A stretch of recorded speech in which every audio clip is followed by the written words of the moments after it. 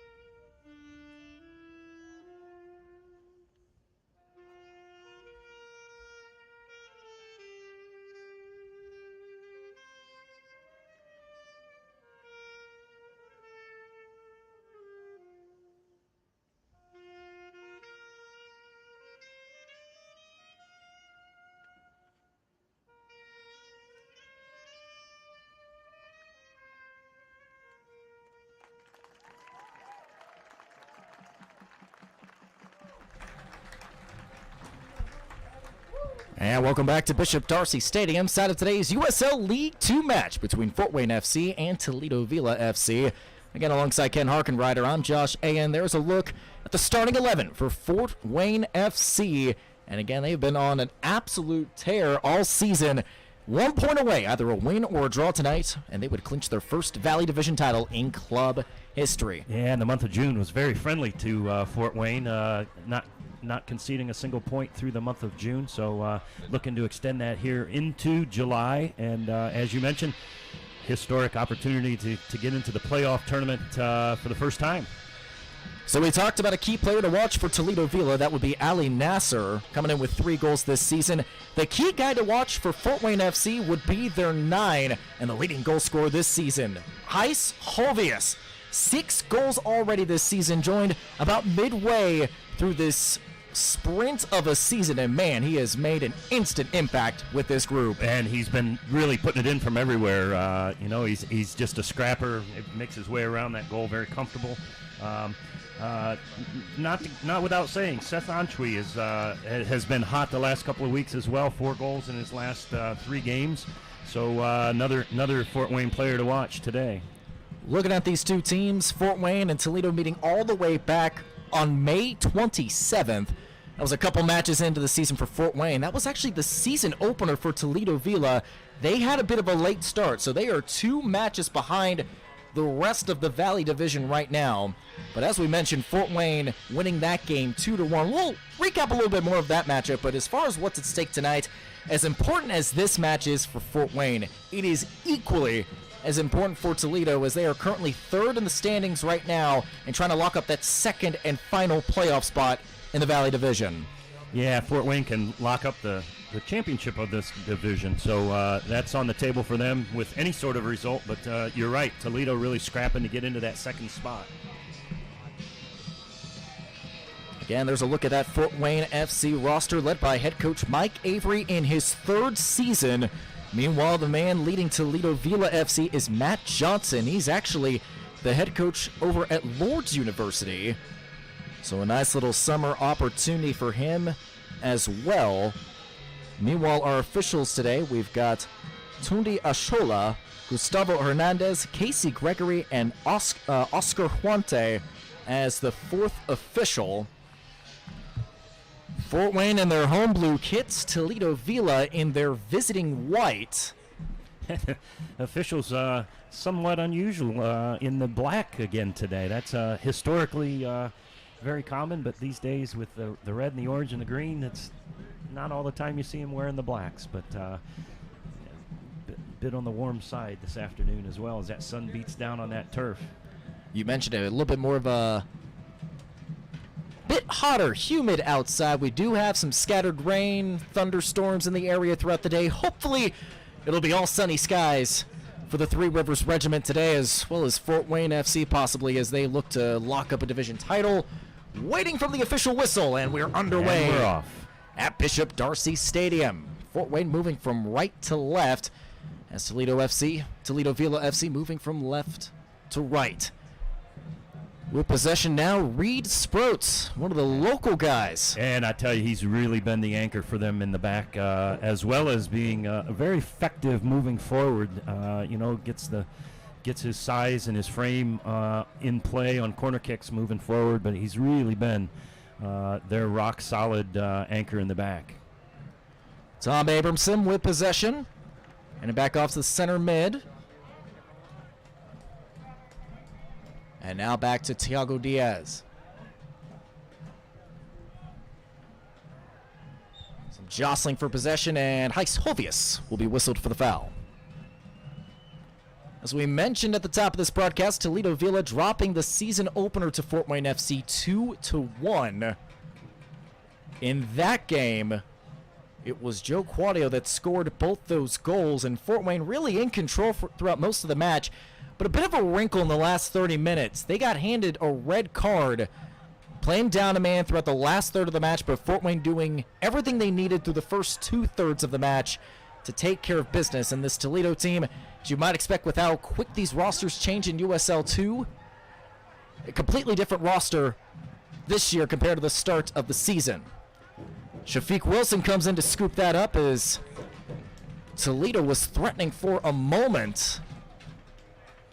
Jaden Daw kind of slow getting up there after a bit of contact. And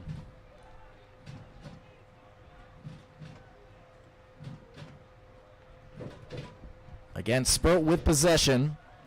Pretty much the anchor of this team, kind of like you mentioned, Ken. He's been with Fort Wayne FC all 3 seasons. Mike Avery can't say enough positive things about him.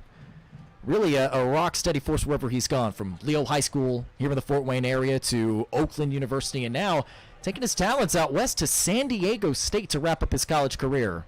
Yeah, he got tired of the beautiful weather here in Indiana and thought he'd go somewhere.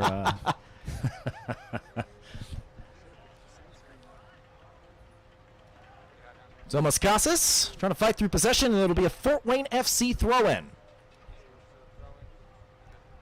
Abramson. Yeah, another workhorse for this Fort Wayne FC roster this year. Abramson out on that right flank and really covers that territory thoroughly and effectively as well. Fort Wayne in no rush to penetrate this Toledo Villa FC defense. A big point of emphasis for this Fort Wayne FC roster, according to head coach Mike Avery. Possession. And I was just going to make a comment about that, Josh, that they really have shown a lot of confidence and patience in possession of the ball throughout this whole season. It continues to, they build on the momentum they've had throughout the early part of the season. But you can tell they've grown used to playing next to one another and around one another. So that's a great benefit to the roster as a whole. Foul going against Fort Wayne FC, so we've got a free kick on deck. You've got Flavio Cruz, Nasser, along with Derek Mensa in the wheelhouse.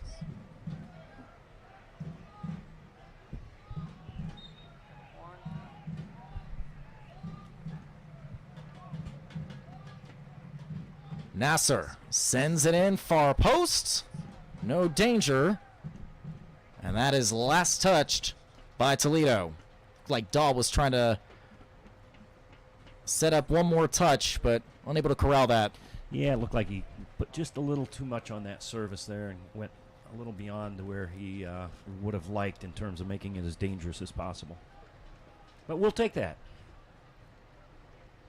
5th minute of this match. Again, a Valley Division title on the line for Fort Wayne FC. Second match, third match in 8 days. If you count last Sunday's convincing 4-0 win over Cleveland Force SC. Then back on Wednesday, they took care of the Dayton Dutch Lions 2-0. That match, a little bit troublesome for Fort Wayne, as we've got a chance here. Holvius in the vicinity, but a good job by Cameron Lewis to sweep that away. Yeah, good. Again, a nice patient build-up there, culminating in that service across Hovius. Not far off, but hopefully see a lot more of that this afternoon from Fort Wayne. So we've got Rodrigo Parafita set to take this corner kick, first of the night for either side. And a bunch of blue kits huddled up around the 18. Parafita, nice service, punched away by Jordan Jaeger, but not out of danger yet as Seth Antwi has possession. And Antwi will clips his opponent and gets called for a foul. Yeah, came in there somewhat awkwardly and rightfully so, draws a whistle. So going back to that last match against the Dayton Dutch Lions, again, a little troublesome. It was scoreless after the first half, and Dayton towards the bottom of those Valley Division standings. But Fort Wayne was finally able to crack the scoreboard thanks to a penalty kick from Sebastian Chalbut. And then Heis Hovius towards the end of the match, providing some insurance. Joe Quadio unable to, not the best first touch, and a throw in for Toledo.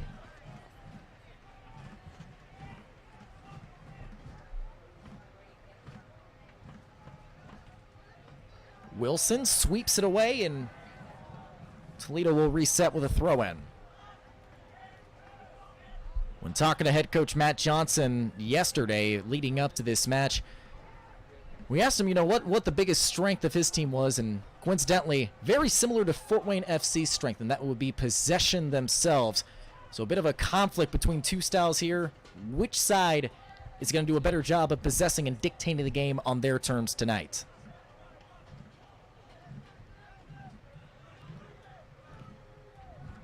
Mensah along the touchline. Here comes Daw. Switching it up to Nasser. Nasser, some fancy footwork. Yeah, you can see why he's lighting up the back of the net this season. Now play back, some space to work with. Nasser, the cross, and easily hauled in by Wilson. Tell you what, though, just watching the movements of Da there off the ball, a really imposing, dangerous figure and target for Toledo there as they attack the Fort Wayne goal. I think that's going to be an issue all afternoon. Well, how about the great individual defense? Look like Parafita, Casas, Sproat, all that right side of the defense back there to help protect against Nasser.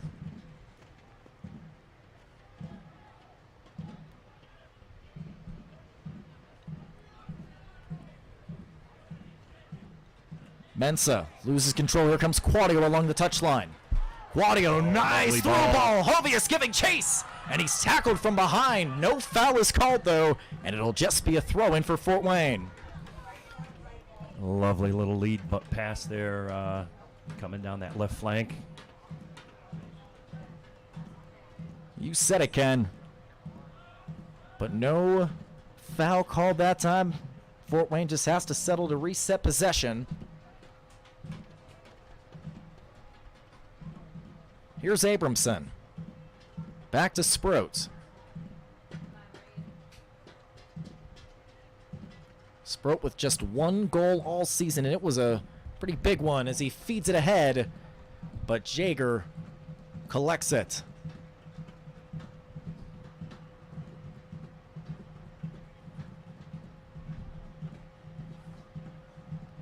Another aspect of Fort Wayne FC's game that they really have been strong at this season has been ball pressure. We've seen it a couple of times already, including right here. Here comes Quadio.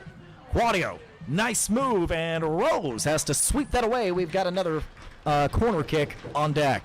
No, you're right, Josh. They've really improved that ability to keep that pressure up high. And, it makes perfect sense if you can win possession and take over in that attacking half rather than working your way all the way back forward, all the better. So I appreciate that mentality and philosophy of high pressure. Abramson, the man to take this corner kick. High arcing ball, header, back of the net, and it's Reed Sprout, the hometown hero, that puts Fort Wayne on the board. Yeah, it's just what we were talking about. He puts himself right in that position, and he's got that large frame and float just to that back post, and Sprout there to put it home. Second goal this season for the Leo High School grad, and he puts Fort Wayne on the board in the 10th minute.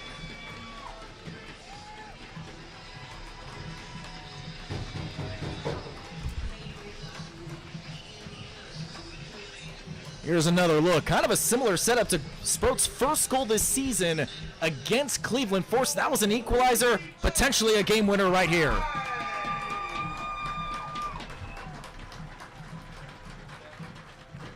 And how about the placement by Abramson, too? You get another look. Lovely. Yeah, that's well scripted.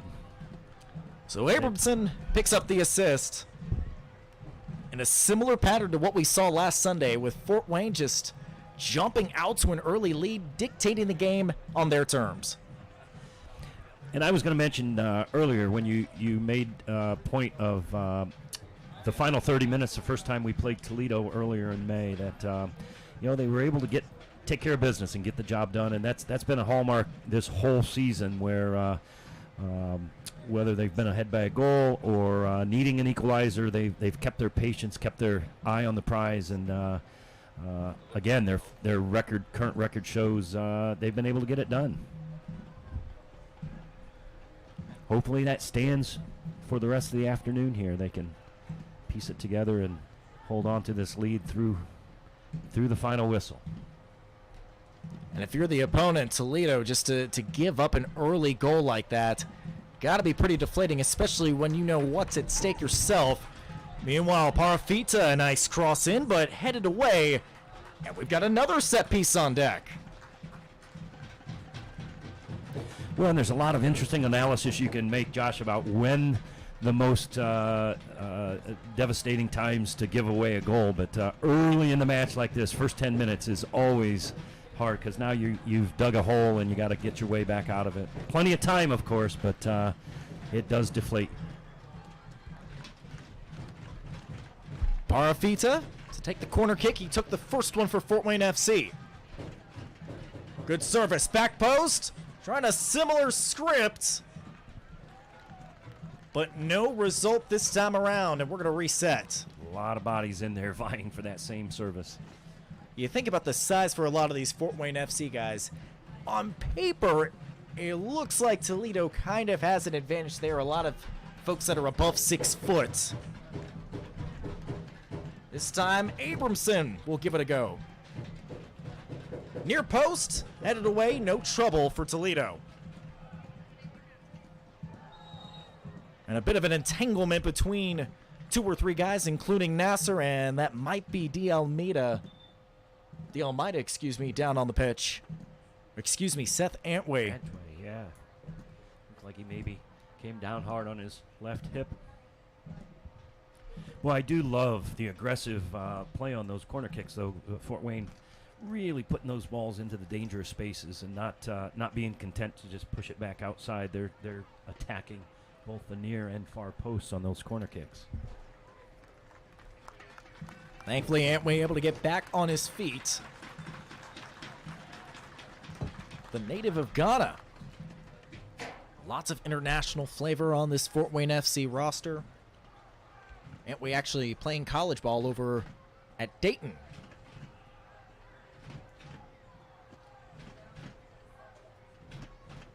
Here's Sproat. He just scored a few minutes ago. That is an interesting element here at this USL 2 level. Josh, you mentioned the collegiate affiliations of many of these players, but also that international flavor. So you get a real blending of both those soccer worlds, and it makes for some exciting play. Not to mention, too, we mentioned just how much of a sprint this season is. Within the span of 2 months, these guys have to come together in a hurry.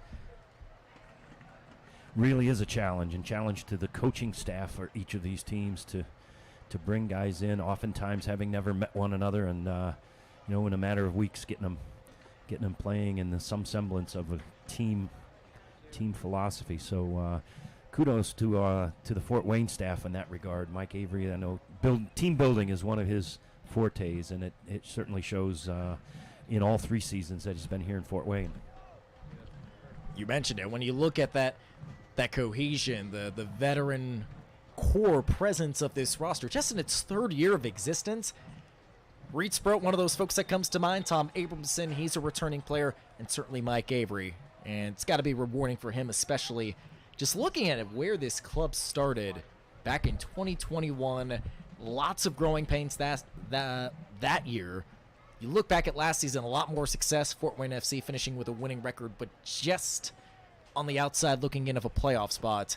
And man, Fort Wayne FC has kicked down the doors and then some. Well, and I recall last year the improvement over the inaugural season was the most pronounced improvement of any of the USL clubs across the entire country. And I'm not sure they're going to be able to improve that greatly this year, but certainly top the tables of the Valley Division, and really playing with a lot of momentum right now. So it's encouraging to see they continue to make improvements and progress. Quadio wins that challenge. Here comes Holvius. Nice idea there, just not quite the right touch on that ball. Flavio Cruz plays it back to Nasser.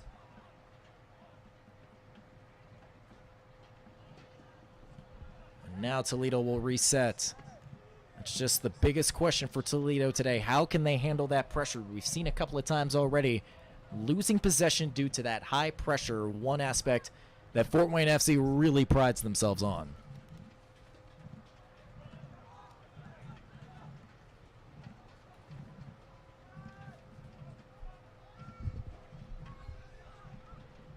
Here's Rose. Now back to Mensa. Jaden Daw able to fight through traffic.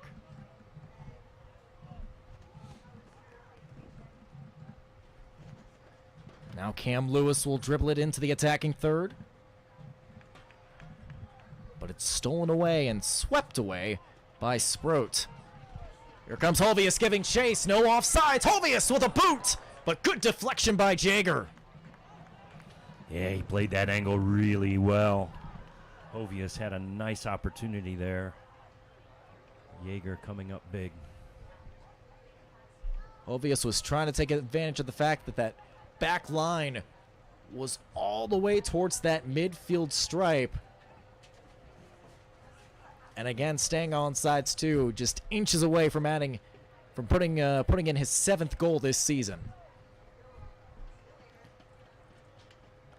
Well, and I had my eyes on the far side assistant referee, and looked like he was ready to throw that flag up on the offside, but never came, and unfortunately Jaeger was up to the challenge.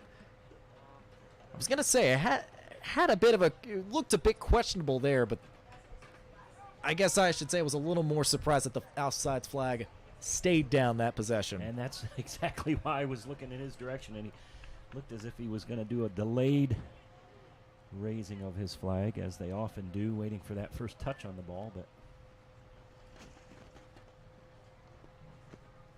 again, Fort Wayne settling into that nice, patient, confident possession. No rush to move forward.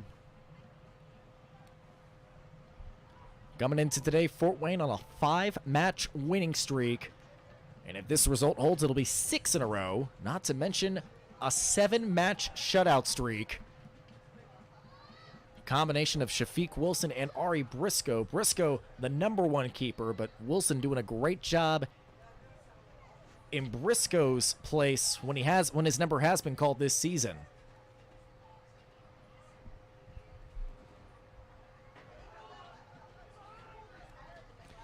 Yeah, and Wilson has come up big a couple of times in terms of the saves, and he'll be the first to tell you, there's not a whole lot that the goalkeepers do through much of the game. On the other hand, when your number gets called, you got to rise to the occasion. Looks like a card coming out of the pocket here. Yeah, our first booking of the day, and that looks like it's going to go on Casas. Or, excuse me, Tavio Cruz. Or Tiago Diaz, excuse me. I'm not quite sure what he saw. Took a glance aside there, not sure what he saw on that one, but enough to display the yellow card, and that's all that matters. So Diaz is in the books. Going to have to be cognizant of that. Don't want to garner a second yellow for sure. And definitely want to avoid a repeat of what happened in the first matchup when Fort Wayne was playing down a man for the final 30 minutes. Good service in, dangerous cross. Very dangerous. That's what I was saying. That first one that Toledo had 10 minutes or so ago floated a little bit longer, but that one dropped right about that penalty spot where lots of things can happen. You had Rodrigo Silva, you see on screen, in position, but a bit of a better first touch. He might have put that one away. Instead, Fort Wayne breathing a sigh of relief as it remains 1-0 in the 21st minute. First goal coming about 10 minutes ago, thanks to Reed Sproat, you see, with possession.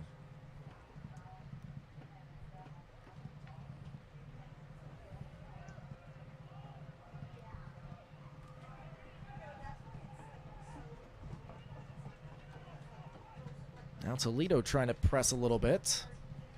Fort Wayne unfazed. Ovia swinging that out wide to Parafita. Quick attack on deck for Fort Wayne. Quadio shaking off his defender. Along the goal line and swept away. But it'll be a Fort Wayne FC throw-in. Yeah, that's a great illustration on that last possession as well, Josh, that Fort Wayne not afraid to move the ball from flank to flank and change that point of attack and try to exploit the weaknesses in that Toledo defense by doing so.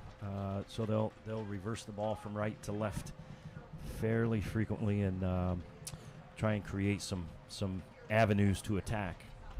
Parafita was hoping a man was down by the net, but Jager swallows that up easily as Toledo looks to build their attack.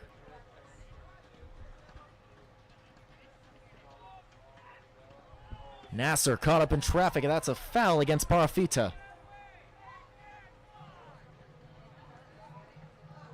You hear some moaning and groaning from the fans. That's one of those, no intent. He just was in the way, and the whistle has to blow for obstructing his opportunity to play the ball, and on we go. Throw in for Fort Wayne FC.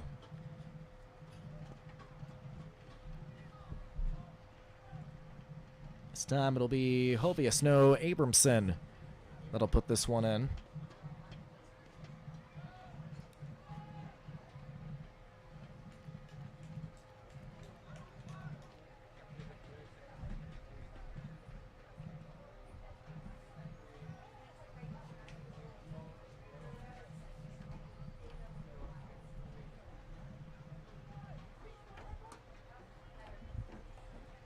Sproat playing it back to Wilson. Again, Toledo applying some light pressure. But I guess when you emphasize a lot of high pressure defensively in practice, you're probably going to be more prepared for it once you are faced with it by an opponent. Quadio giving chase. He loses his defender, and Quadio gets tripped up. No foul. Joe Quadio was seeing all net, but Jordan Jaeger swept in, and Quadio is still down on the pitch. Kind of a... Sure seemed like some contact made there. Now the center official signaling to the trainers. Jaeger down right next to Quadio. You almost wonder if that was an obstruction of a goal-scoring opportunity. Jaeger's lucky that's not a red card. Yeah, like I say, it sure appeared to be some contact made, which indeed would lead to that result. On the other hand, maybe he just did get twisted up.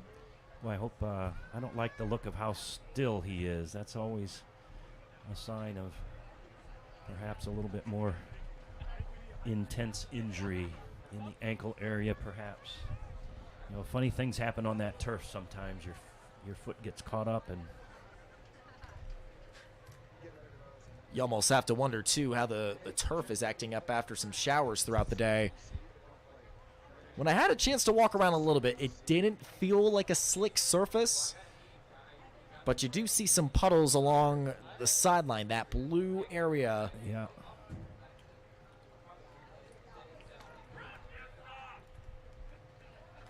So that could create some slick surfaces, especially on field turf. You know, and there was no hesitancy on the official's part at all. I mean, it's not like he was even thinking that way. So I think in his mind it was a pretty clear-cut play. As I say, I don't like the look of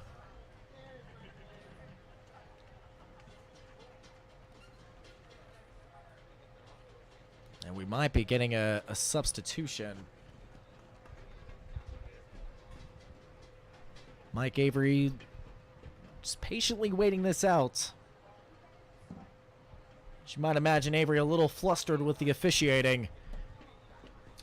well, and likewise the detriment of having Quadio have to come off the field. As you saw in that last play, I mean, he's a dangerous, dangerous threat at every turn.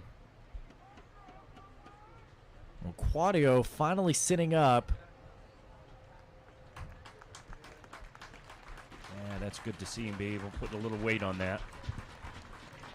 We'll see if Mike Avery elects to use a substitution.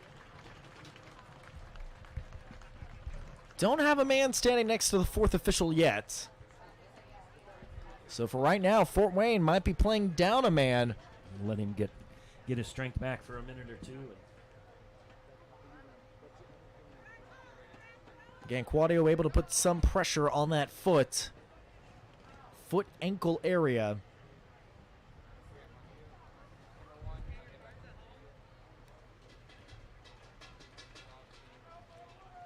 And the center official will probably just restart play with a drop ball favoring Toledo.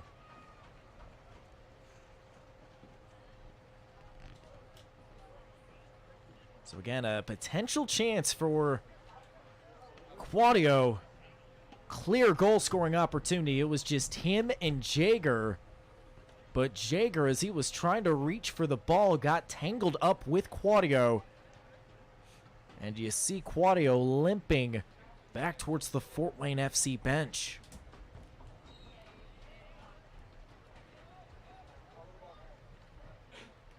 So for right now, Toledo has a man advantage.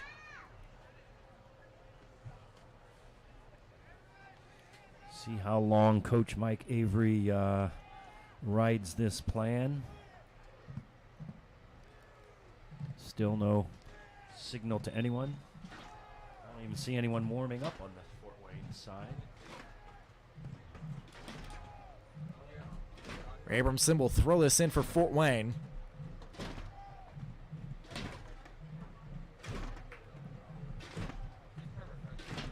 De Almeida feeding Antway. He gets tangled up, and a yellow card is going to be presented to Alex Mensah. Or to Derek Mensah. So a yellow card both ways in this match. Oh, and there's that decision. Quadio must have given the signal that he's not going to be able to make it back that at least for this half. And it's going to be Sean Karani entering the match. Karani, the forward out of Temple University, coming in for the injured Joe Quadio. You certainly hope Quadio's injury isn't too serious, especially considering the fact that Fort Wayne only they've got less than 2 weeks to go in this season. Karani giving chase, and he gets kicked to the chest. A second yellow card presented in the last few moments to Mensah. And if that is Mensah, that's it.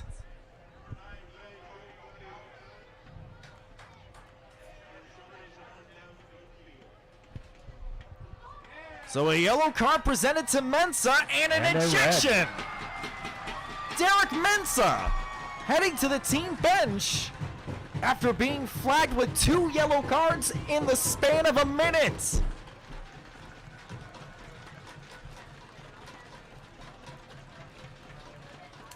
And both those tackles were certainly warranting a warning. So a huge blow to Matt Johnson and company as Derek Mensah, talented striker from Ghana, his day is done, and Toledo Villa will be playing down a man the rest of this match. That is a long stretch to play with 10.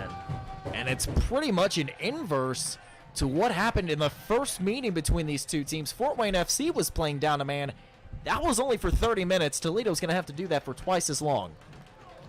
Not to mention they're trailing 1-0 in a game that it'd be nice if they got win, right? It's a must-win game for them.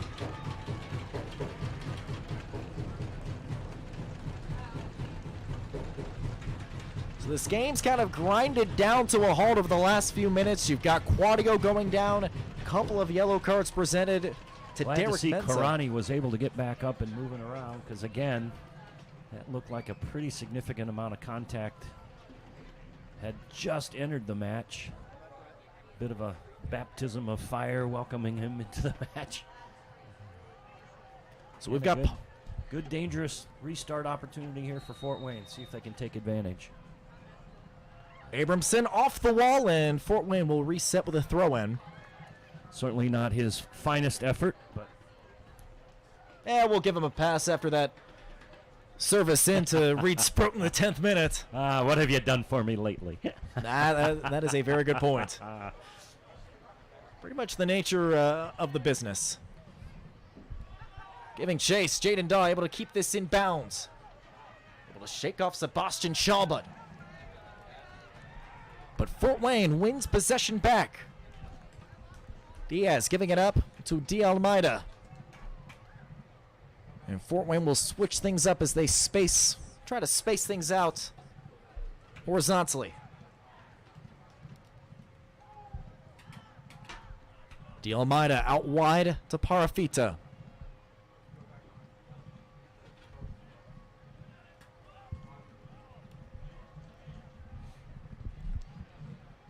Now you're seeing Fort Wayne settle back into that possession game.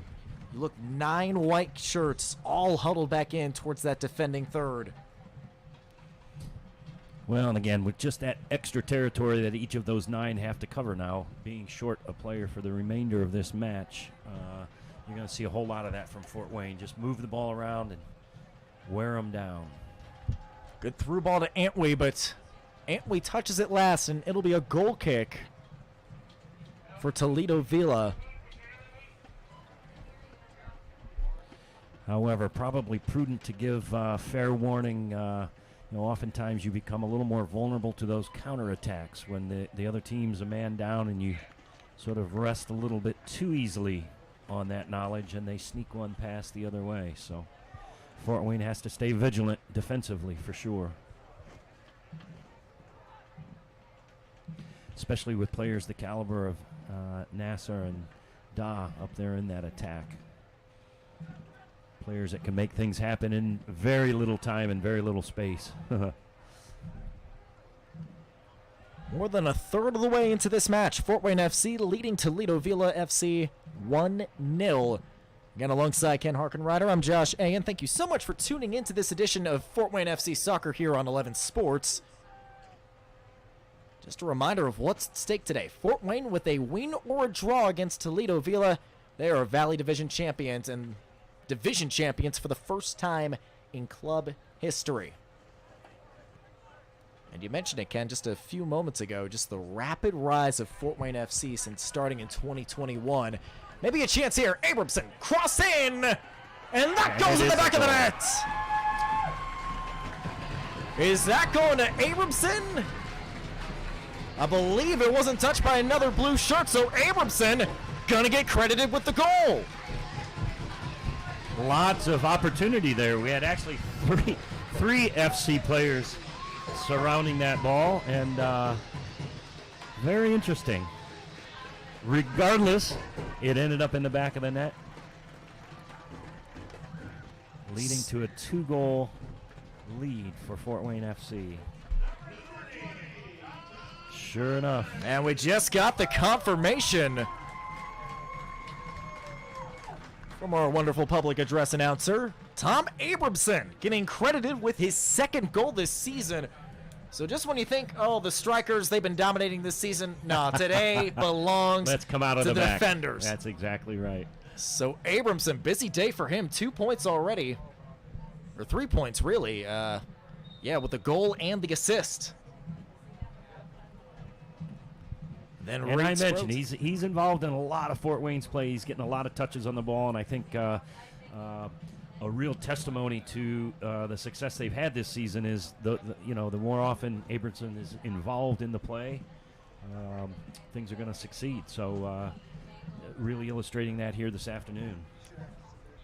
High pressure from Antwi. He gets fouled. Nasser and Toledo Villa reset. So it's pretty much gone from bad to worse for Toledo Villa. Needing any sort of result in the worst way possible. They are third right now. If you look at the standings in the Valley Division, they have played 2 less matches compared to everybody else in front of them. But do you think with Toledo still with another 60 minutes, if you include stoppage time against Fort Wayne, not to mention a rematch against Cleveland Force, they've got to get some results if they're going to be thinking about the postseason. Yeah, today is really, again, it's a must do for them. Well, against Toledo Villa, Diaz and Sproat reset from the back. Here's Abramson. He just scored moments ago.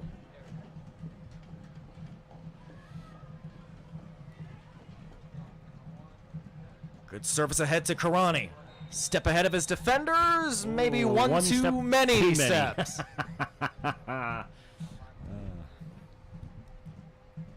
Thought he timed it well, but our line judge thought differently. Oddly, his opinion counts more than ours. I was going to say, he's kind of got the better view than we do.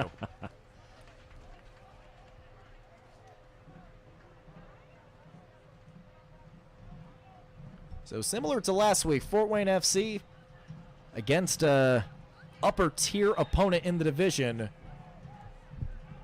racing out to an early lead in the match against Cleveland Force last Sunday. Fort Wayne scoring 3 of their first 4 goals within the first 25 minutes, basically putting that match away early. Seeing some similar patterns here today. Well, and as we mentioned earlier, I mean, getting those early goals really sets a tone. But not to forget, you have to hold on and take care of business too, and ride it out. The game is a full 90 minutes, and if you start giving it back again, that can work against you as well. So thus far this season, Fort Wayne's done a superb job of holding on and taking care of that lead. So hopefully they'll come through again this afternoon, although giving up yet another restart here, not in their best interest to give Toledo any opportunities at all. Yellow card presented to Karani. That's his first booking, as the cards are starting to pile up for both sides. 2 bookings apiece. Sean Karani, Tiago Diaz both being booked. And then Derek Mensah with 2 yellow cards within less than a minute. Sent him to the bench for the rest of the day, and as a result, Toledo Villa playing down a man.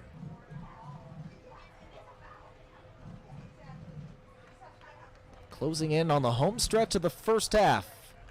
With all the injuries to Joe Quadio, the bookings, probably going to be seeing a little more stoppage time than usual for the first half.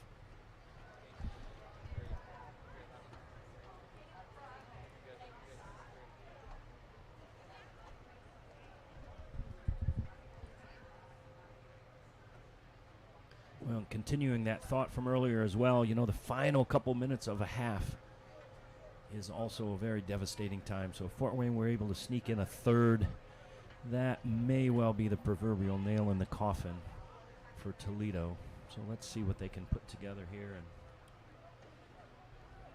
go into the locker room down by 3 and down a man. Really high mountain to climb in that second half. Parafita, high arcing ball. Chabot in the vicinity along with Cruz, and it is last touched by Cruz.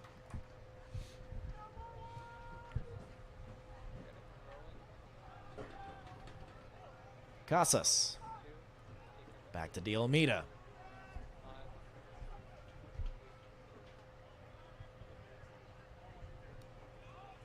Fort Wayne taking their time building up this possession. And especially in no rush to give possession back to Toledo.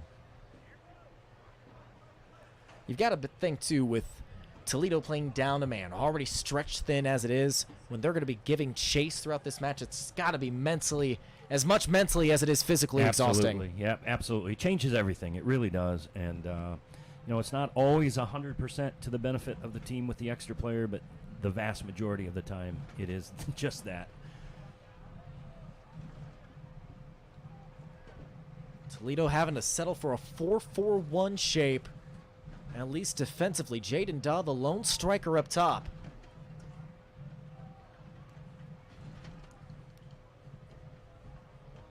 Abramson, nice service to Antwi.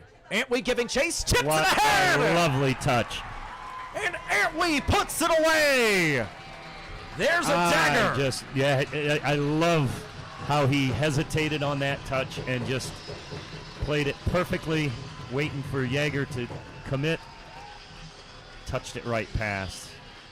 Seth Antwi has been on a hot streak. That's his 5th goal this season, 2nd in 3 matches. And Fort Wayne FC out to a commanding 3-0 lead. Would that be assist number 2 for Abramson, too?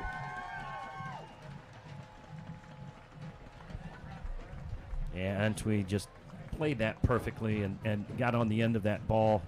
Well delivered from Abramson. Again, not to beat that dead horse, but Abramson just puts the ball where it needs to be dangerous, to be effective. Proves yet again here in the final few minutes of this first half. We'll wait for the official box score, but unofficially, you would think Abramson going to get credited with assist number 2. So Abramson involved in all 3 goals of this first half. We talked about just how much of a cornerstone this guy's been for this franchise. Yeah, that's a nice set of bookends for his goal, right? A couple of assists to surround that goal, so good for him. Abramson, the Swedish product. Played collegiately at Florida Atlantic. Great tackle there from Parafita. Still possessing. Again, that's a sign of that patience that Fort Wayne loves to show, so don't just give it back away, although surrounded might have been better to get rid of that one a little sooner. But Well, Daw on the counter was hoping Nasser would give chase or at least get to that spot quickly. Not quick enough. Wilson having a pretty quiet day, and I'm sure he's not too upset about that. yeah, no question. You set that dynamic up earlier, Josh, of two teams wanting to be in possession of the ball. Only one team is going to be, and thus far in this first 45 minutes, it's been fairly dominant in favor of Fort Wayne FC here. Not a whole lot in front of Mr. Wilson. Kyle Blassingame gives that back to Nasser. Nasser unable to keep control, and Fort Wayne awarded another throw-in.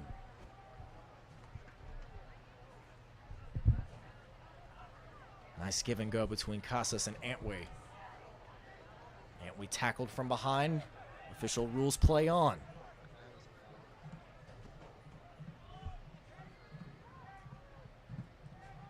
Marshall ahead to Daw.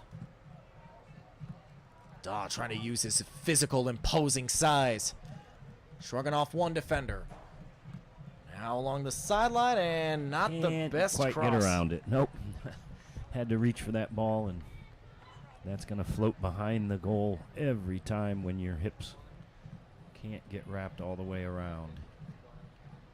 But again, he is an imposing figure. There's no doubt about it. I'm glad that's not my task this afternoon, is to stay fronting Mr. Jaden Daw. Well, we mentioned the size advantage for Toledo. A lot of folks listed at 6 foot or higher. Jaden Daw, one of the taller folks on this team, listed at 6'4". Well, here comes Karani with that yellow card. Yeah, only 2 minutes of the stoppage time. I was with you, Josh. I was thinking we were going to get a little more there, but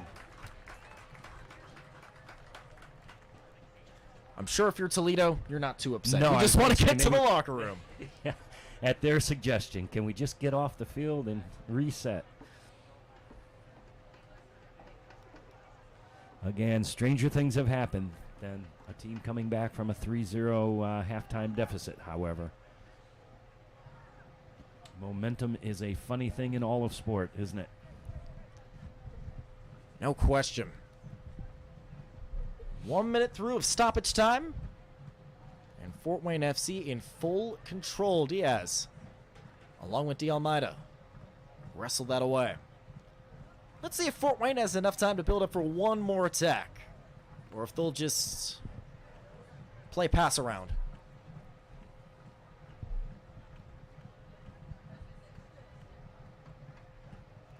Yeah, Sproat in no rush to give this away. Back wide to Parafita. Heist was looking to time a run, but De Almeida didn't see it.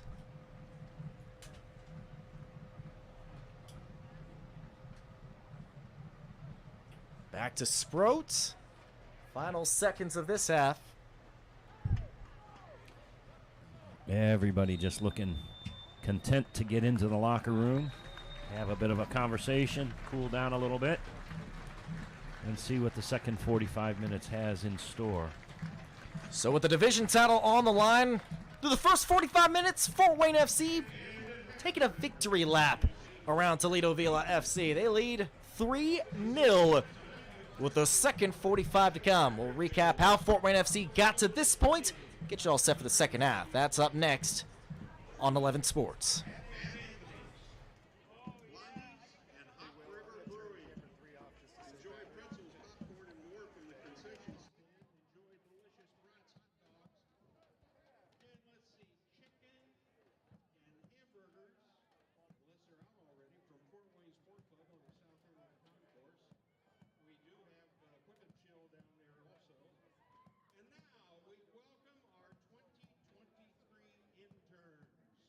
They are going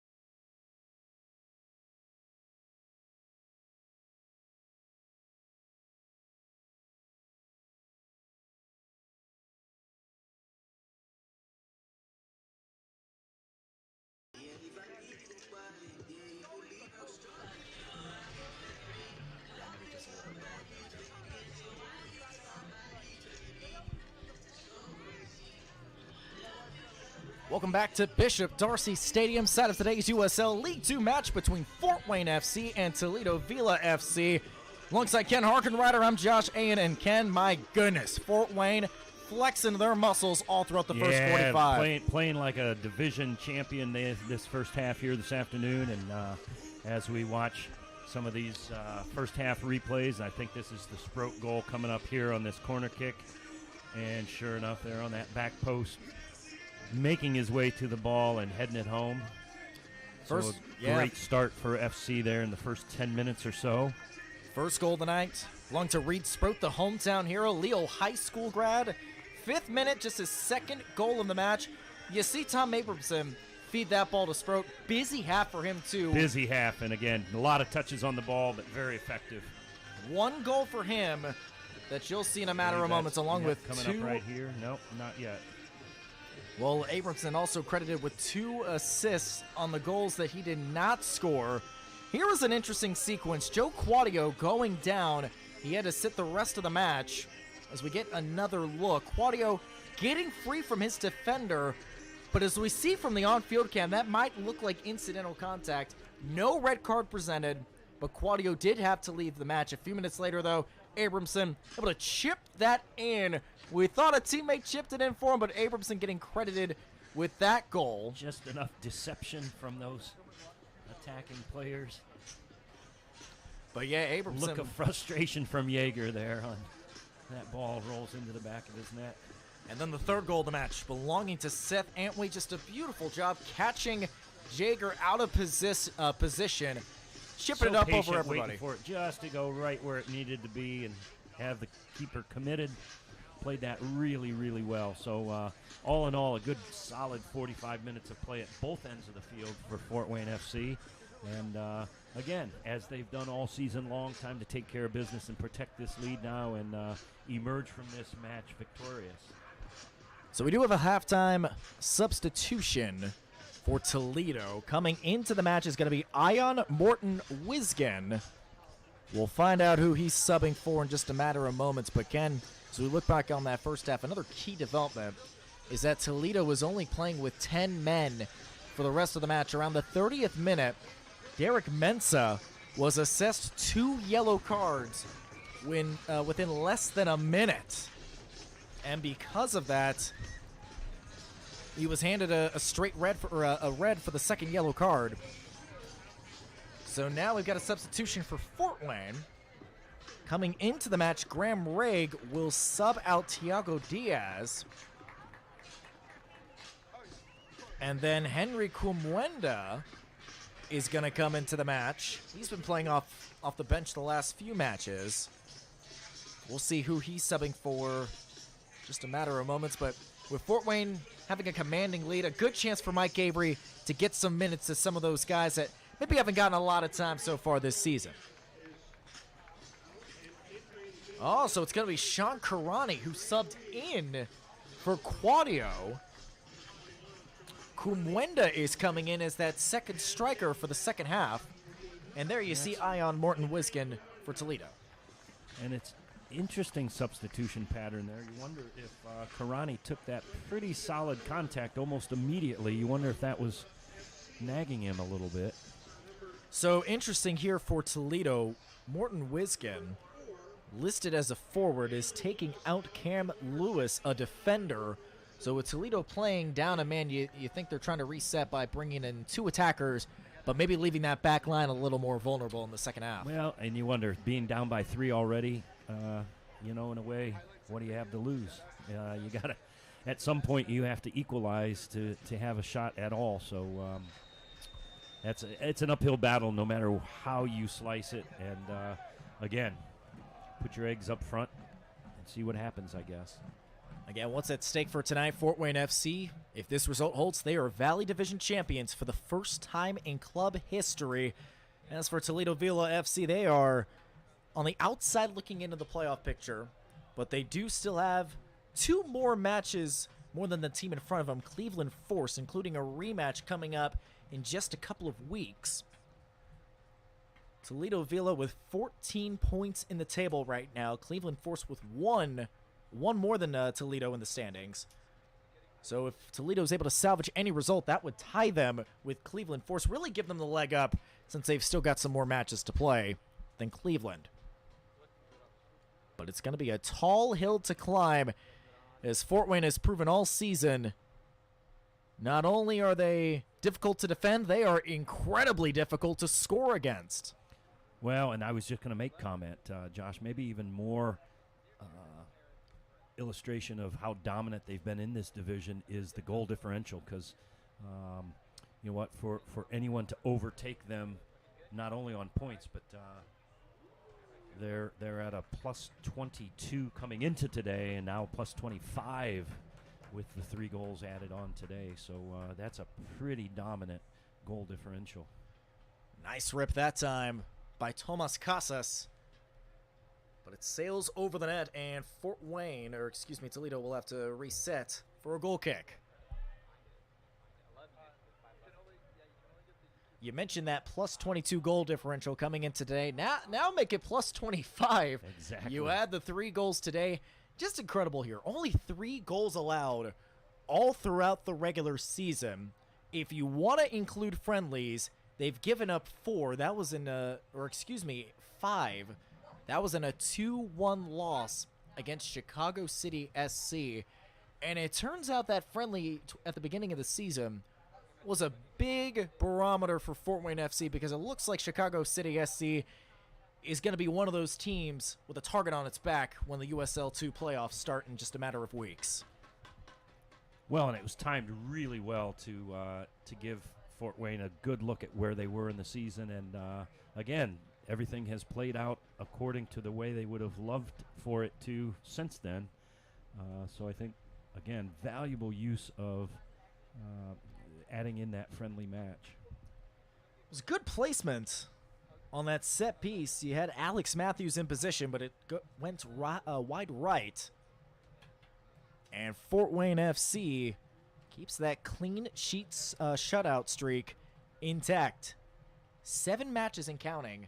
In fact, the last team that they conceded a goal against was this Toledo team back on May 27th. I thought that was the case. I was going to say that earlier and wanted to check my notes before I put my foot in my mouth, but I thought that was the case. Again, the month of June, I think Coach Avery is going to love the month of June from here forward, because it was good to them. So along with a 7-match shutout streak, 5 matches they've won in a row.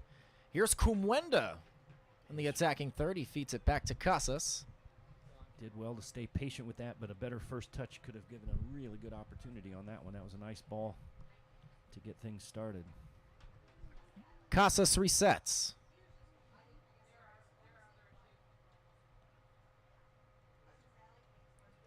And you mentioned this earlier, Josh, but boy, Toledo just kind of tucked back in. All 9 field players back within sort of 25 or 30 yards of their goal. Not the position you want to be in when you're down by 3 already. Throw in upcoming for Fort Wayne FC. Abramson, busy half for him, we mentioned. 1 goal, 2 assists. Just a cornerstone piece of this Fort Wayne FC roster. One of the handful, more than a handful of returning players. You include Reed Sproat. Maybe a chance right here. Shawbutt giving chase, able to retain possession. He feeds it back to Casas. Now De Almeida. Out wide, here's Parafita.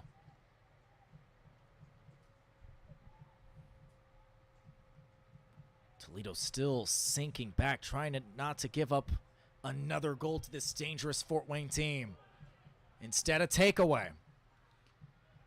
One of the few sloppy touches of the afternoon for Fort Wayne there. Nice give and go, but an well even done to better the back. slide tackle, Absolutely. yes. Parafita stopping Toledo in their tracks.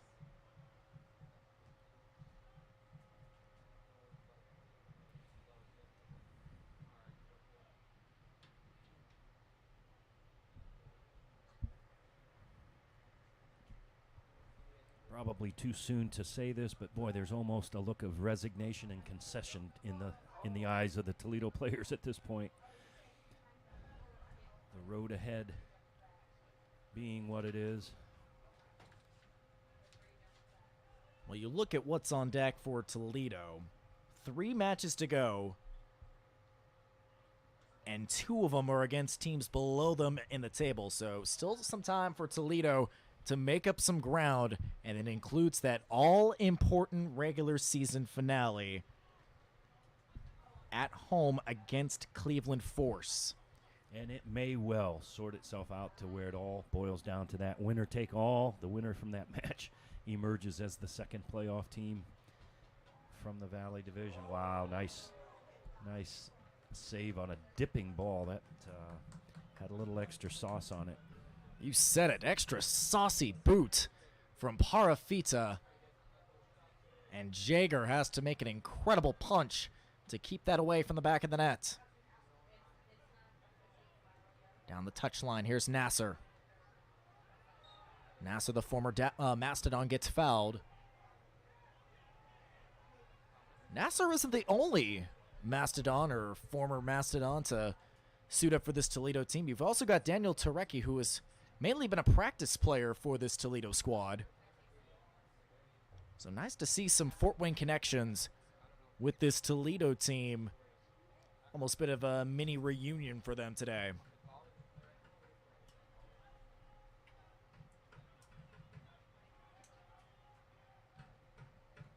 And then, of course, you've got Reed Sproat, product out of Leo High School. Played at Purdue Fort Wayne a couple of times throughout his time at Oakland University. And then a guy you're very familiar with, another Fort Wayne connection, with Sadan Abtawi, who is available to come off the bench today. Yeah, Saad's done a great job. He played so well for us out there at Canterbury High School. He's currently on the roster down at Indiana University, so great things lie ahead in his future should things fall into place nicely. But this has been a fabulous opportunity for him to train at this level with these players. Has seen a little bit of field time already this year, and who knows, as you mentioned, we'll see how this remaining 35 minutes or so sorts out, but maybe step onto the field yet this afternoon. Parafita will take this corner kick. First of the second half for either side. Parafita, dangerous placement, and Jaeger grabs that one with ease.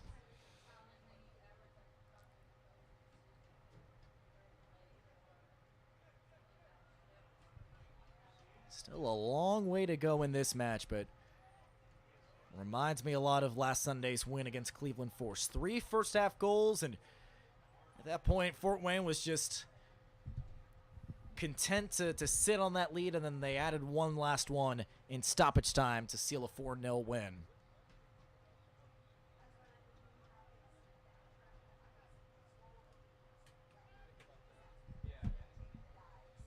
Throw in up ahead. Dangerous touch for Toledo. But that goes out of bounds. Not exactly sure. I think he saw a foul just before the ball went over the end line there. Was a little bit of incidental contact as Eli Shope was trying to win control. Speaking of Shope, he was the guy that scored against Fort Wayne in the season opener back at Toledo.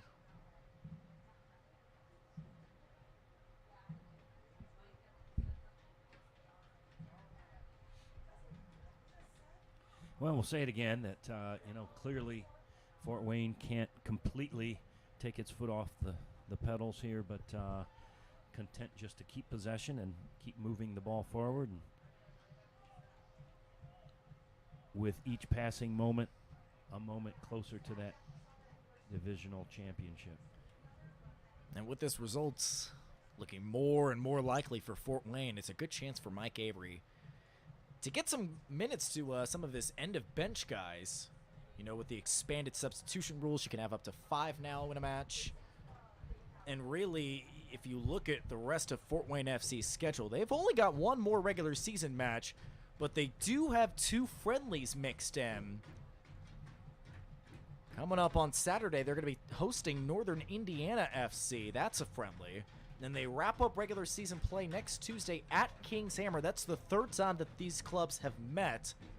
Fort Wayne winning the first two matchups.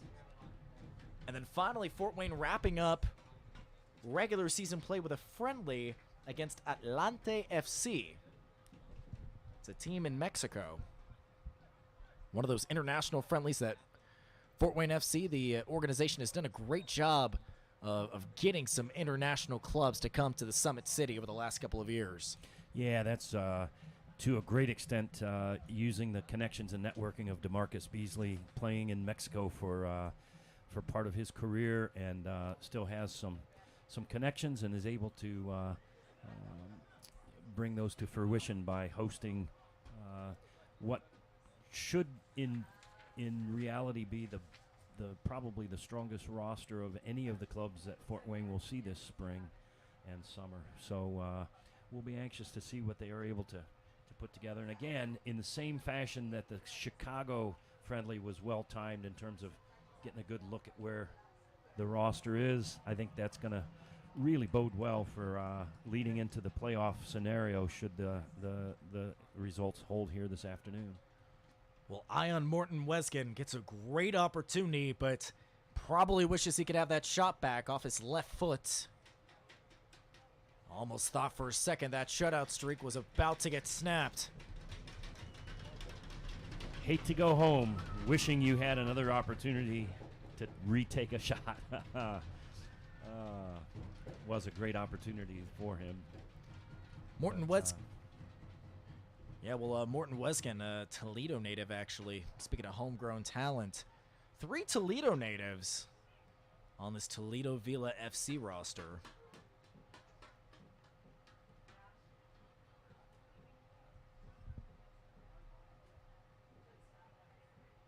Kyle Blassingame. Rare chance for Toledo to actually build some possession in Fort Wayne's third. Headed away by Sproat. Now out wide, Nasser. A step too slow.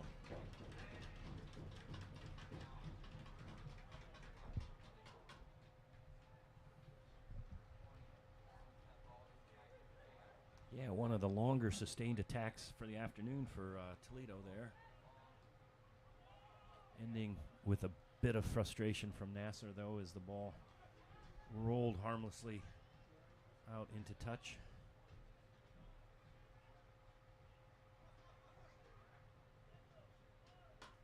Switching it up. Here is Dialmada. Out wide to Parafita.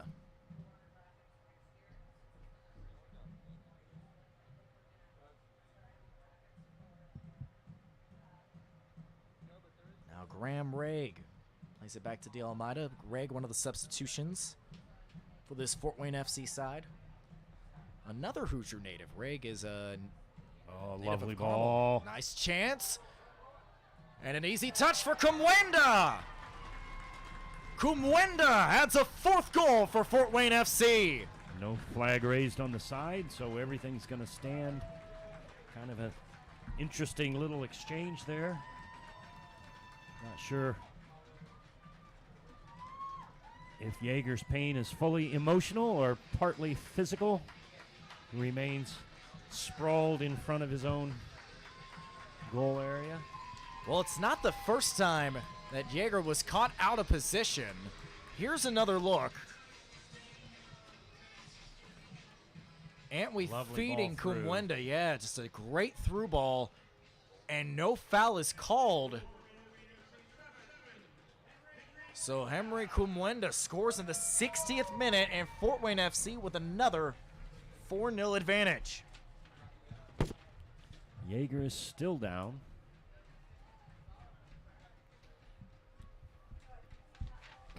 I watched that replay. Didn't really see anything in terms of significant contact. Whether the ball maybe came up into his face. It looks like he's kind of nursing. Well, Jaeger, he had every opportunity to get the save. Instead, Kumwenda. But the ball went in, and Jaeger went down and gave Kumwenda that second opportunity. So you almost wonder if he was unable to focus on the location of the ball because it Boy, you take one square to the nose, it kind of blinds you for a moment, doesn't it? No question. Well, meanwhile for Kumwenda, that is his first goal this season with Fort Wayne FC. Kumwenda, out of Leeds, England. Plays college soccer right now at Butler, one of two Butler guys. Graham Regg, the other man. So we've dealt with some injury troubles throughout this match. Joe Quadio for Fort Wayne FC, and now Jaeger for Toledo Villa. Still down on the pitch right now, off screen. Looks like he's finally being helped up to his feet.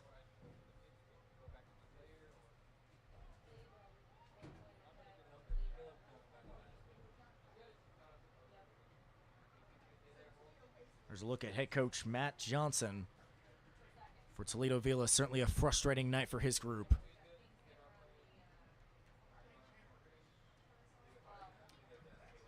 And speaking of the other side with Mike Avery, when we had a chance to ask him, you know, what's he looking forward to the most about this rematch with Toledo, the one thing that he's been pointing out to the last couple of matches, he's eager for a chance to play a match that's competitive.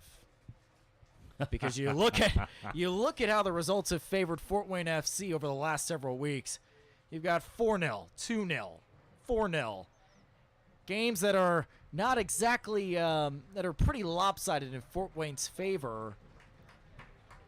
You got to think at least one of these matches to wrap up the year will provide that challenge that Mike Avery's looking for. And there's a good sign as Jaeger comes off the turf. And now we're going to see Georgios Theodulaitis check in.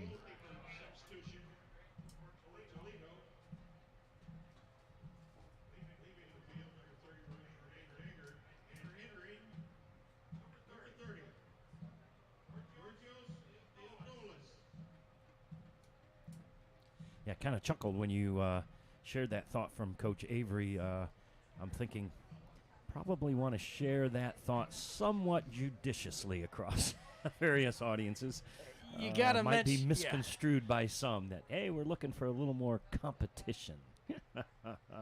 I guess point well taken. Right. Point well taken. The main thought there is he wants to be in a match where the guys are sweating it out maybe over the last few. No, I get the sentiment. As I say that, sometimes people use your words in other ways than you intend on the locker room walls. I was gonna say, good locker room material right there. I mean, you look at this shutout streak, going all the way back to June 6th. Ever since the calendar flipped to June, Fort Wayne FC has not conceded a goal. But you look at the early part of the season: a 1-0 win over Kings Hammer, a 4-0 win over FC Buffalo, a 2-2 draw against Cleveland Force, 2-1 win over Toledo Villa. 3 matches decided within a goal or less. Right. And since then, over the last month, Fort Wayne has just hit the gas pedal, and other teams haven't been able to keep up. Maybe a chance for Morton Wiskin. Here comes Nasser now. Nasser trying to burn around the corner. Back to Flavio Cruz.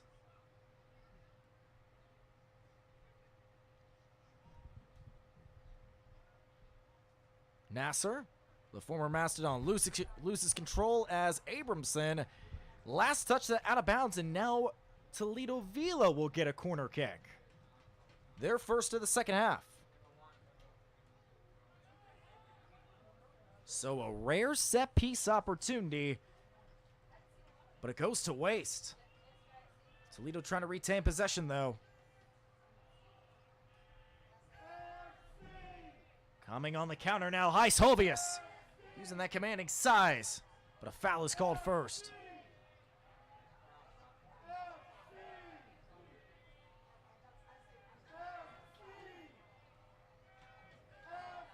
Some chance of Fort Wayne FC from the home crowd.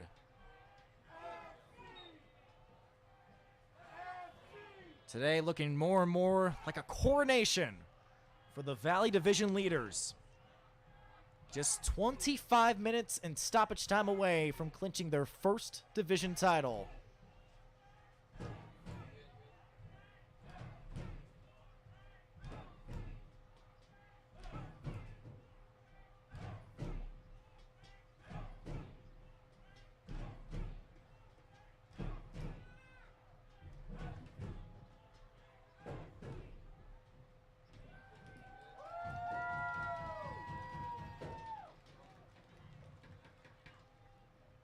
Sebastian Schalbut has to give that up to De Almeida. Reed Sprody scored the first goal, and as of right now, the game winner. And a rare first touch error from Tom Abramson. One-on-one against Nasser. Sproat goes down to the turf. No foul is called, though, as Nasser was looking for a possible penalty kick. Those two have butted some heads more than once. Yeah, that contact looked to be pretty much initiated from Nasser, so I think no whistle was probably a fair judgment. Well, just looking back on their college careers, too, those two have played in the same conference the last couple of years in the Horizon League. Nasser playing with Purdue Fort Wayne, and Spro playing with Oakland University.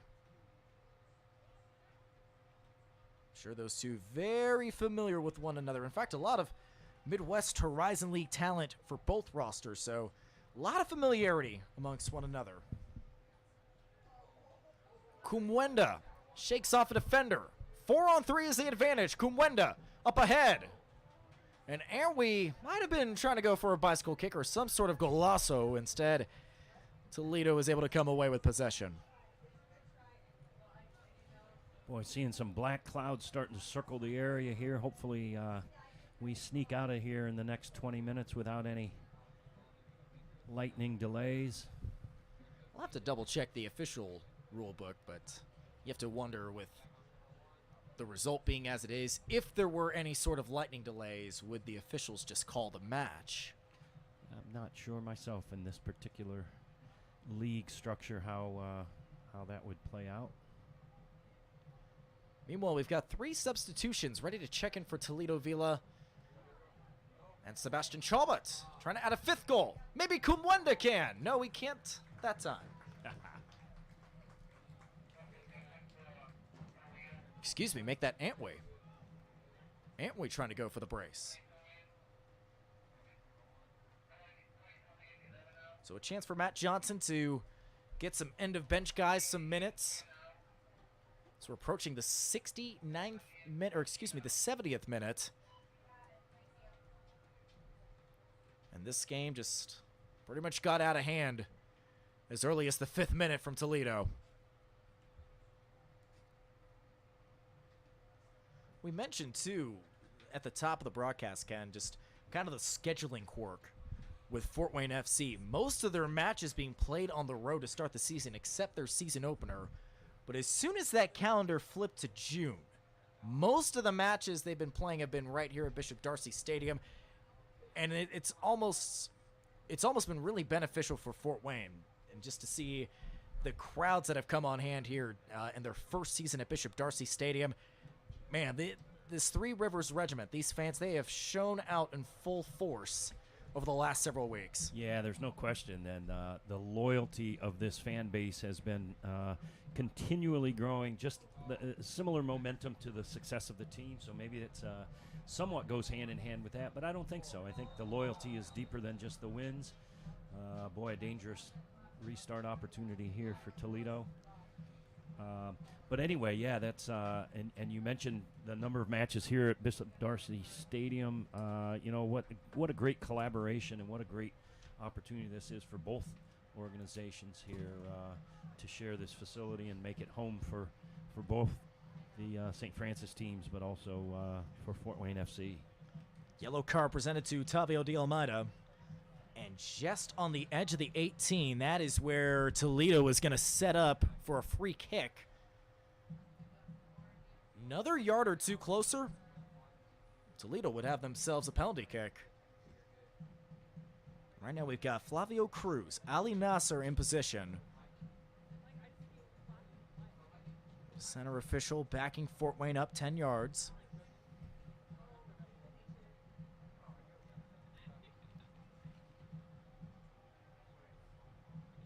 Let's see if Toledo can finally crack the scoreboard right here. At least get some sort of compensation for their troubles of making the travel to Fort Wayne. Shafiq Wilson standing ready at the net.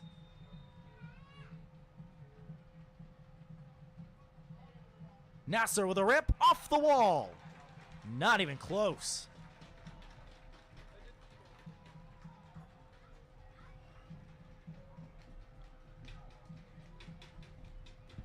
Sky's looking a little grayer outside, as you mentioned, Ken, as we've got some rumbling, and no, that's not thunder. That's the fans getting on their feet and making some noise. It took a moment. You know, we have the thunder sticks, don't we? That's what's going on there. As we said, this Fort Wayne FC crowd, pretty packed atmosphere this evening. We mentioned some scattered showers throughout Fort Wayne. Thankfully, it's been dry so far. But maybe we might have some trouble over the last 18 minutes and change. And now we're going to get a whole host of substitutions for both sides.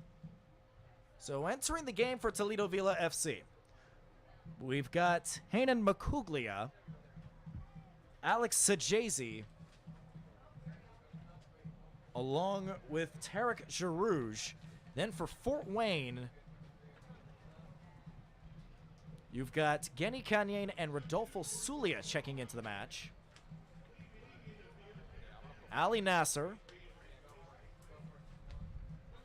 Jaden Daw, and trying to make out that last name for Toledo. It appears to be Alex Matthews. Those are going to be the guys checking out. And then for Fort Wayne FC, the men that are coming out, it's going to be Reed Sproat getting a hero's welcome. Casas. And then, yes, Tomas Casas. He's the second man off the bench. Meanwhile, the winds are starting to pick up. Maybe some storms heading our way. At this point, just trying to get the rest of this match in. And the result is pretty much certain at this point. Barring some unforeseen miracle, Fort Wayne is going to come away with a resounding win as a yellow card is presented to Toledo's bench.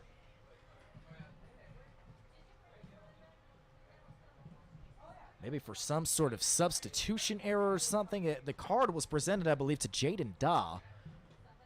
And now we've got two more guys getting ready to check in for Toledo at the next dead ball.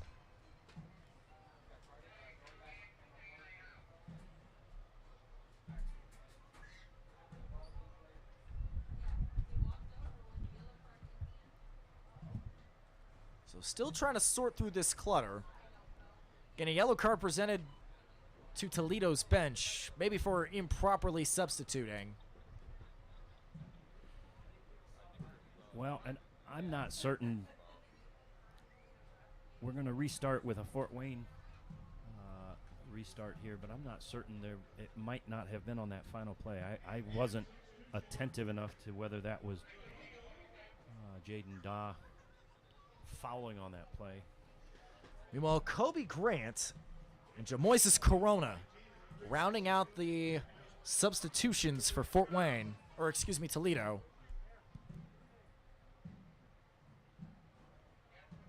So Toledo basically using all 5 of their substitutions, and I believe Fort Wayne still has 1.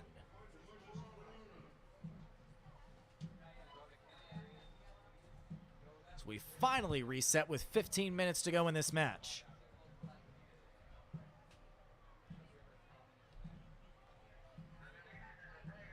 Basically a new back line with Diaz, or excuse me, Sulia and Raig lined up at that center back position. Abramson, busy day for him. Goal, 2 assists, he's still in the match.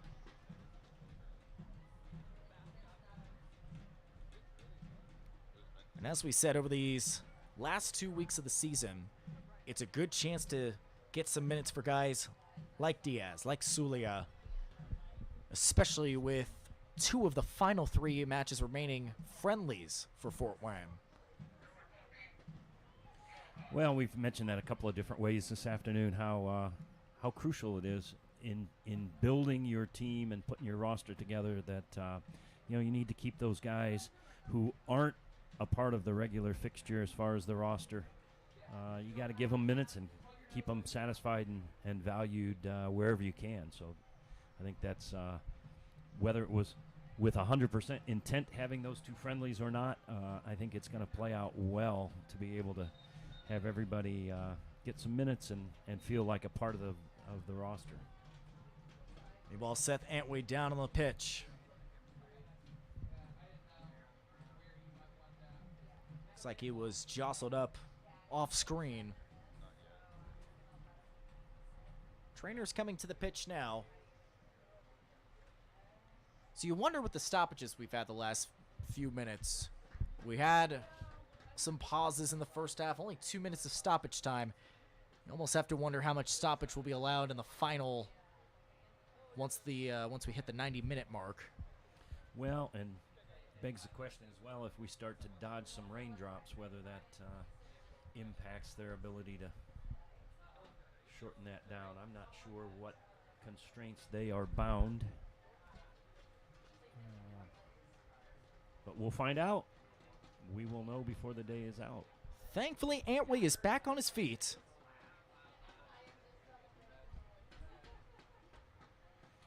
Can feel a definite change in the temperature for sure here as the winds move in from the west.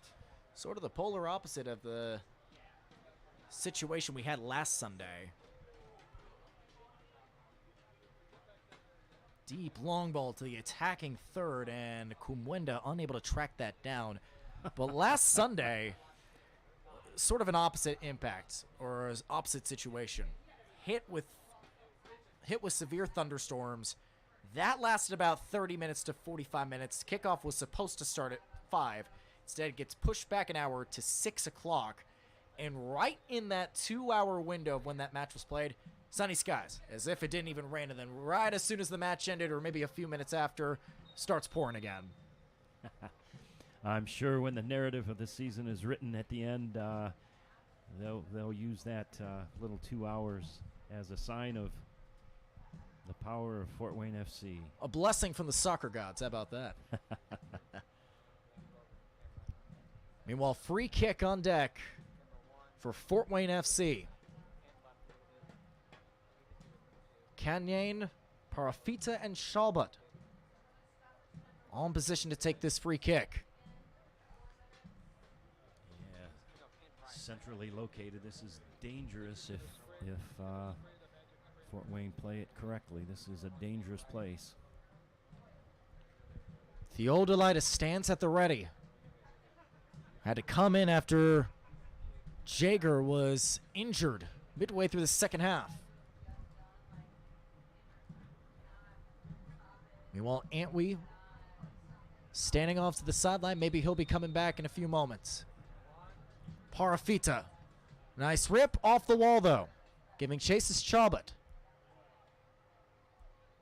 And Fort Wayne will decide to reset with just over 10 minutes to go, including stoppage time. So we talked about this at around the top of the broadcast too, but can you look at this Fort Wayne FC team just in its 3rd season, and you mentioned a USL League 2 club hasn't seen the type of meteoric rise like Fort Wayne FC has in their short time frame. Certainly a lot of credit going to the players for their work this season, especially the veterans like Reed Sproat, Tom Abramson, but also the coaches like Mike Avery, the front office who helped recruit these players too.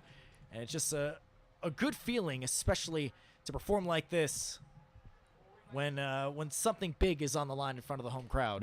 It's absolutely credit to everyone involved, particularly those folks behind the scenes, as you mentioned, luring these players and making it an appealing place to be. You know, they're of a caliber that they can clearly have some options on where they choose to spend to spend their playing times, and so all those things, all those pieces have to fall in place. But clearly, it definitely has a feeling of being built for the long term. You mentioned it being meteoric, which it is. However, it's also been fairly steady with the eyes on the prize and the vision that's pretty clearly articulated.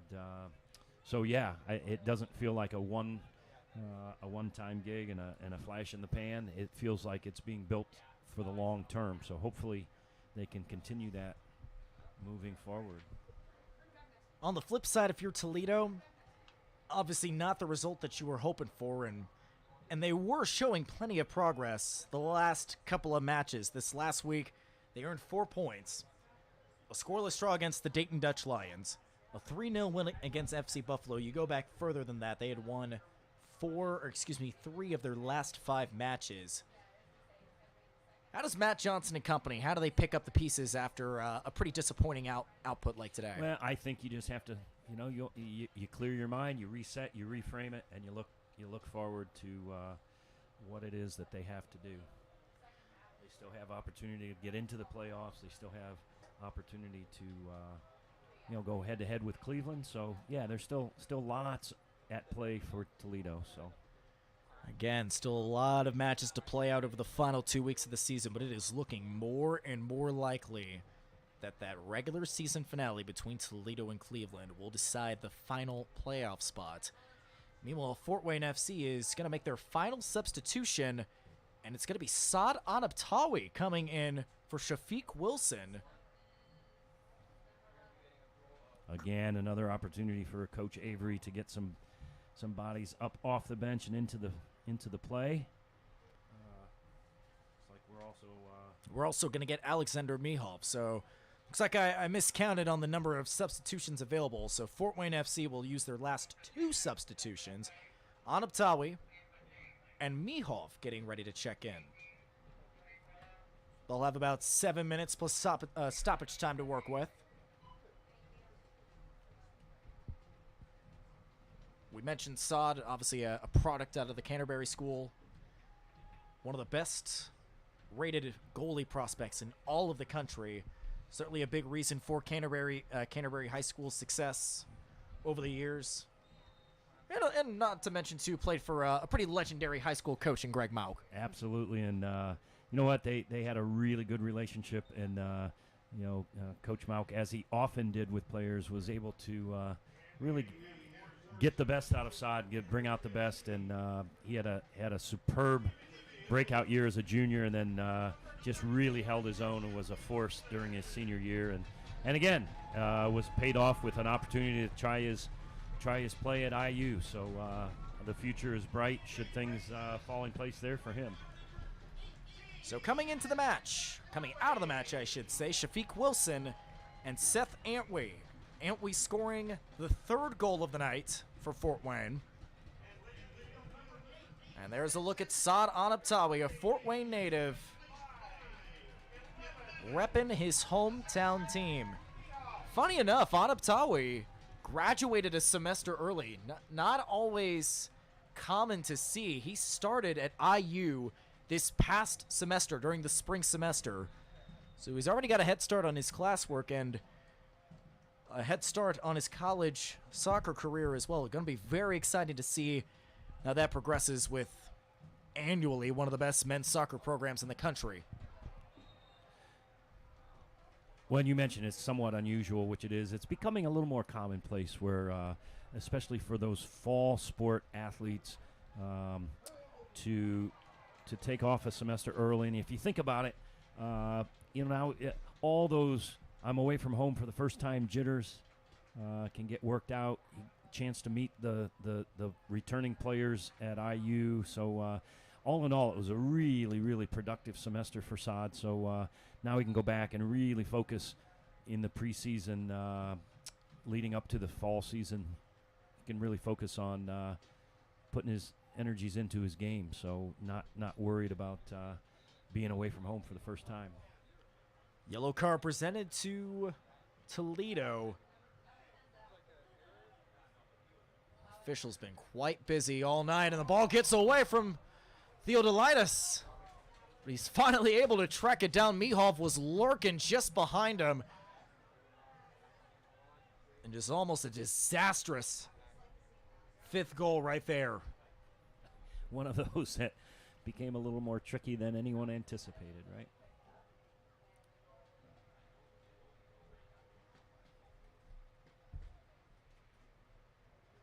So pretty much half the lineup taken out at this point. 4 minutes and stoppage time to go. Fort Wayne is about to improve to 9-0-2, still undefeated in regular season play. With just 1 match to go, they have a chance to earn as much as 32 of 36 possible points. They're going to get to 29 by adding 3 more tonight. But how often do you see dominance like this? No, it really has been magical, and I know a lot of hard work going in behind the scenes, but what we've seen on the pitch each and every game through the last 7 or 8 weeks has been tremendous. Set piece on deck for Fort Wayne FC. Tom Abramson, he's had some good fortunes with the corner kick this evening, helping Reed Sproat get the first goal and essentially the game-winning goal. See if Abramson can work his magic again. Good placement, header, pinballed around, still loose, and Theodolitis finally picks it up.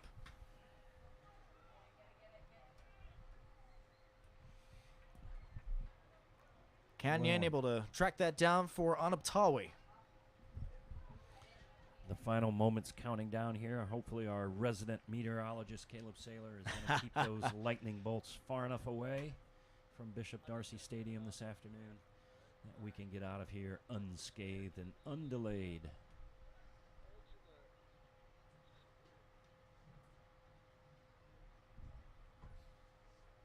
I was going to say, it kind of helps when you've got a guy like that in your back pocket, pretty much looking out for you for Fort Wayne FC matches. I would hope it'd be worth at least one Sunday afternoon of keeping the rain away.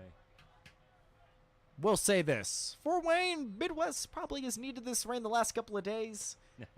Thankfully, the conditions a lot better than Wednesday when we had the air quality issues from the Canadian wildfires.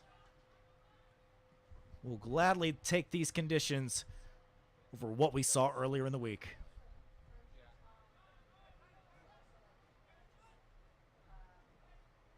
Mihov, he scored in the win back on Wednesday over Dayton. Scored what was actually the game winner on a penalty kick. He's coming off the bench today. One of those guys that has joined the team mid-season, but has found a way to make an instant impact. Maybe a chance for Toledo. Sailing over the crossbar and a dangerous opportunity by Hanan Makuglia. And instead, it results in a corner kick. Or rather, it's going to be a goal kick. I was going to say, I didn't think he had contact. It did appear that he pointed to the corner at first. Makuglia was hoping for a corner. Instead, Anuptawi going to be taking the goal kick. So we're in the final minute. We'll see how much stoppage time is added. Just based on how this match is going, yes, we have had a few more stoppages throughout this half. I would be surprised if it's anything more than 3 or 4 minutes.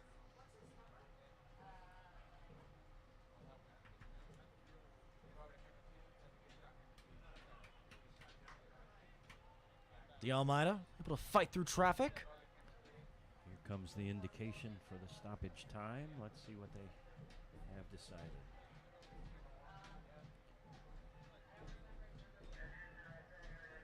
It's going to be 4 minutes. So pretty much on the nose. So Fort Wayne FC 4 minutes away from extending their winning streak to 6 games, extending the shutout streak to 8 games, and winning their first ever division title.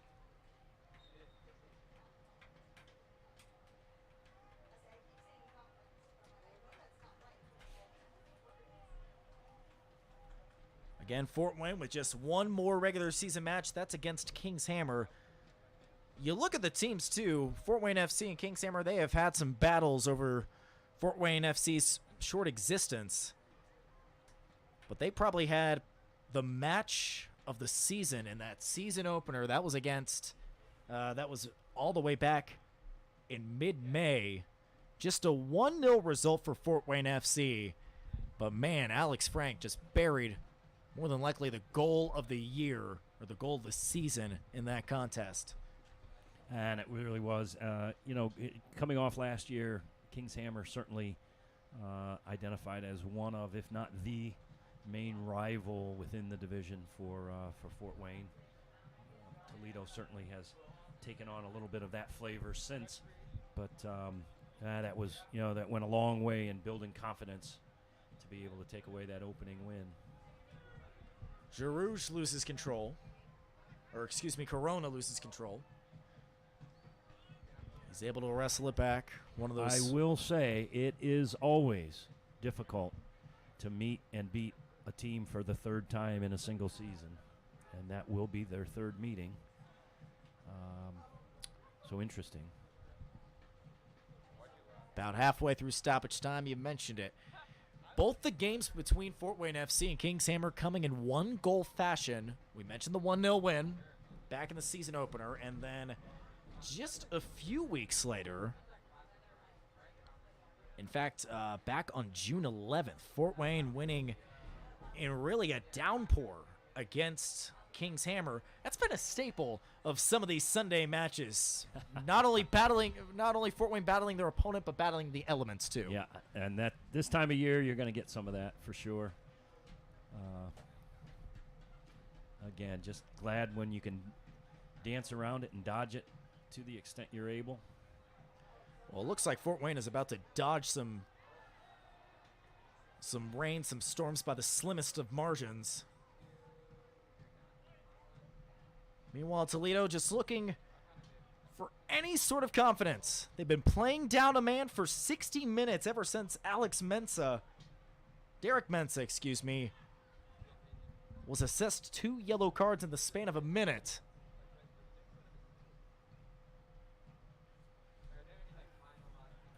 Finally, some sustained possession for Toledo, but no result. And Heishovius with just one man to beat. He can't get it away, though, as Tristan Rose sweeps it away.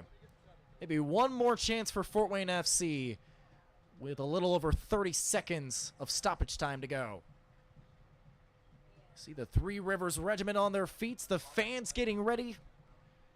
The fans that have stuck it out, they don't care about this weather. They want to see Fort Wayne celebrate their first division title in club history.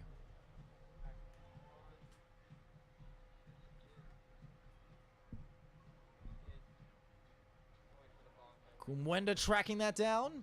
Maybe one last chance for him out of bounds.